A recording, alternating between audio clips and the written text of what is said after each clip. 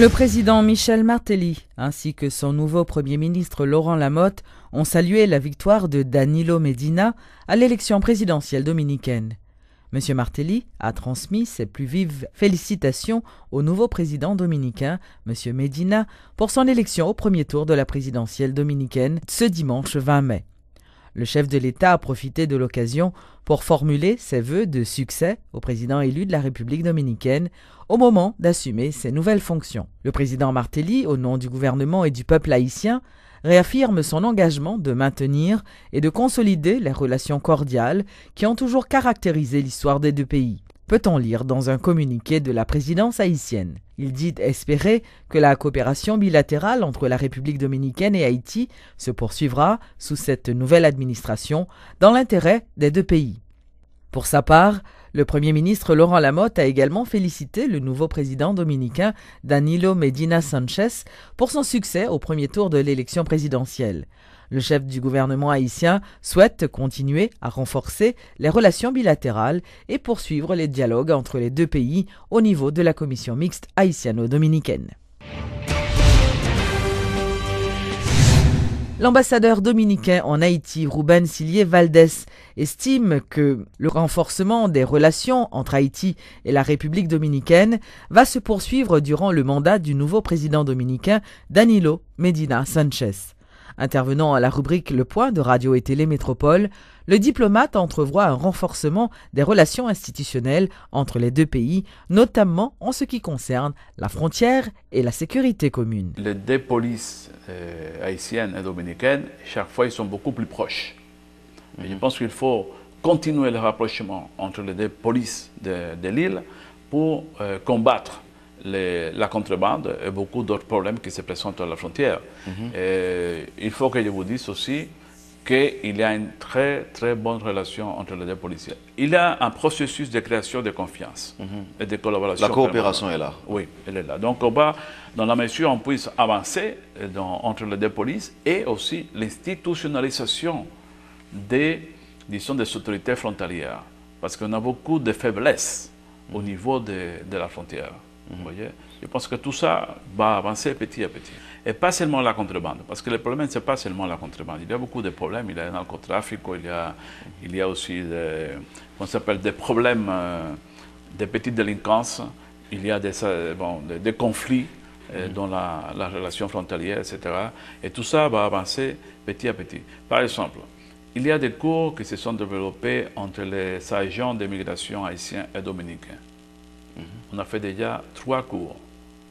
Ça, c'est une contribution pour le renforcement au niveau migratoire. Vous voyez? Et je pense qu'il faut continuer au niveau de la douane, au niveau de la police, pour développer l'institutionnalité frontalière.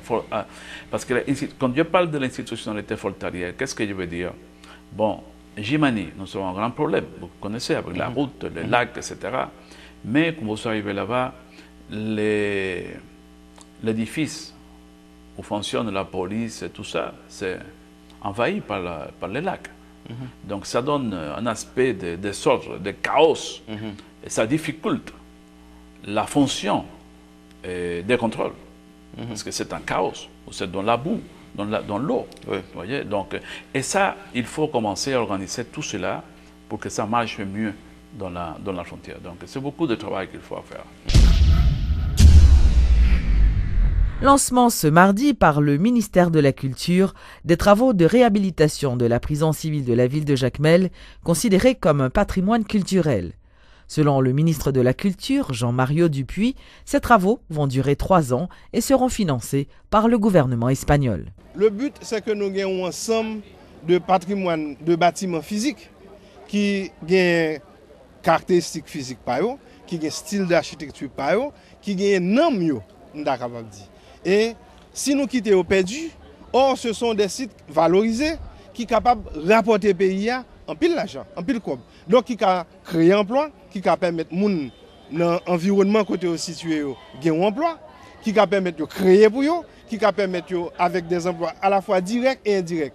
Par exemple, pour la ville de Jacmel, plus par exemple des visiteurs qui viennent visiter le musée, qui viennent visiter l'exposition, qui participent, non seulement créateurs vont déboucher, les restaurateurs vont avoir beaucoup plus de consommateurs, les hôtels vont avoir beaucoup plus, vont booker beaucoup plus de nuits, etc. Donc, c'est tous les artisans pourront facilement écouler leurs produits. Donc, c'est toute communauté qui, à partir d'un bien culturel et de la gestion d'un bien culturel, que eux-mêmes, ils ont retombé positif. Et, in fine, c'est combien qui tombé dans poche chaque monde. Et l'aile tombé dans poche chaque monde, ça veut dire des taxes supplémentaires pour l'État, qui pour permettre l'État en position stratégique, en position plus confortable pour les produits, services de base pour la population, tant que santé, route, éducation, etc. La coopération espagnole prend en charge l'ensemble du processus. Donc c'est au fur et à mesure de l'avancement des travaux, parce que comme on est là, il y a un pile, ça fait travaux à pétaler sur 3 ans. Donc c'est à la fin des travaux qu'on aura le coût réel. Mais la coopération espagnole s'est engagée à l'assumer complètement. Inauguration ce mardi du centre de réadaptation physique clinique Kai Capable de la fondation Healing Hands for Haiti, construit et équipé par le Fonds spécial du Comité international de la Croix-Rouge, CICR, grâce à un financement d'$1 million provenant des Croix-Rouges américaines, australiennes et norvégiennes. La ministre de la Santé publique, Florence Dupervald-Guillaume, présente à cette cérémonie, a plaidé en faveur de l'implantation de cliniques du même genre dans plusieurs départements du pays. Ils ont essayé de porter un secours additionnel qui, en plus de ces orthopédistes, donc en plus de faire des opérations et aller un petit peu plus loin, qui aide les gens qui soit qui perdent du bras, soit qui perdent du jambe, et de réintégrer dans la société. Premièrement, ils ont fait prothèse, ils ont fait orthèse, ils ont fait physiothérapie, ils ont fait encadrement psychosocial. Donc ça permet que les gens ne viennent pas sentir que gênés.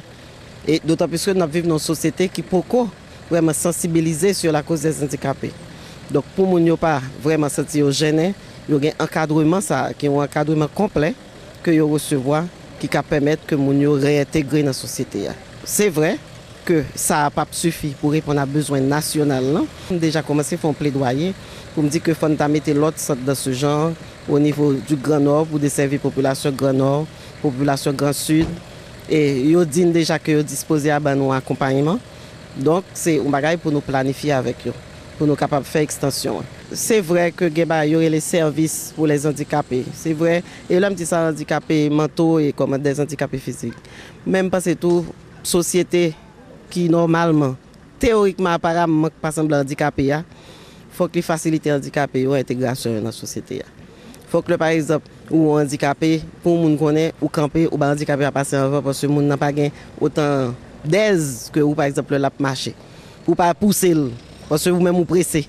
Donc, c'est des gestes qui sont simples, qui sont très très simples, mais qui manifestent respect aux gens pour les handicapés, respect, solidarité pour les gens qui ont des gens plus faibles que vous. Donc, si nous avons 10 sociétés, on fait un effort pour nous arriver. Nous regardons le monde, même si nous-mêmes nous pressons, même si nous-mêmes nous avons des choses nous avons fait, qui demandent que nous ne pas attendre. Au moins, nous devons essayer de comprendre que nous avons des positions difficiles pour rendre la vie plus facile. De nombreuses organisations syndicales s'apprêtent à organiser les 23 et 24 mai prochains un séminaire autour du thème « Le droit humain à l'éducation ». Cette séance de formation sera mise en place en partenariat avec la campagne latino-américaine pour le droit à l'éducation. Les latino-américains se penchent sur la problématique de l'éducation en Haïti. Dans cette optique, ils organisent une grande rencontre de débat sur le droit à l'éducation dans le pays. Ce colloque de 2 jours qui se tiendra à l'hôtel de Plaza les 23 et 24 mai sera réalisé par la campagne latino-américaine pour le droit à l'éducation, représentée par Camilla Grosso, la coordonnatrice de ce mouvement, en collaboration avec le regroupement des enseignants haïtiens Éducation pour tous. Selon la coordonnatrice de la campagne latino-américaine pour le droit à l'éducation, cette rencontre va déboucher sur d'autres perspectives pour Haïti. Elle permettra au pays de bénéficier le support des pays de la région dans le domaine de l'éducation. Toutefois, Camilla Grosso, coordonnatrice de la campagne latino-américaine, critique le programme éducation gratuite prôné par le président Martelly, qui dit-elle n'est pas adapté aux besoins. Je crois que c'est important c'est que subvention il y a dans l'école privée. Ça c'est pas question, c'est pas ça qu'on comprend comme l'école gratuite. L'on regarder en relation avec le monde. Donc subvention, l'école privée, c'est pas école gratis, l'on regarde ça comme en relation avec droit moun gen pour gagner éducation. Gens que au niveau international que nous comprenons question gratuité éducation, c'est une gratuité à partir de l'État et dans le cadre de l'école publique. Le mouvement campagne latino-américaine pour le droit à l'éducation réunit en son sein entre autres les pays comme la France, l'Allemagne, l'Espagne, l'Argentine, la Colombie et le Brésil.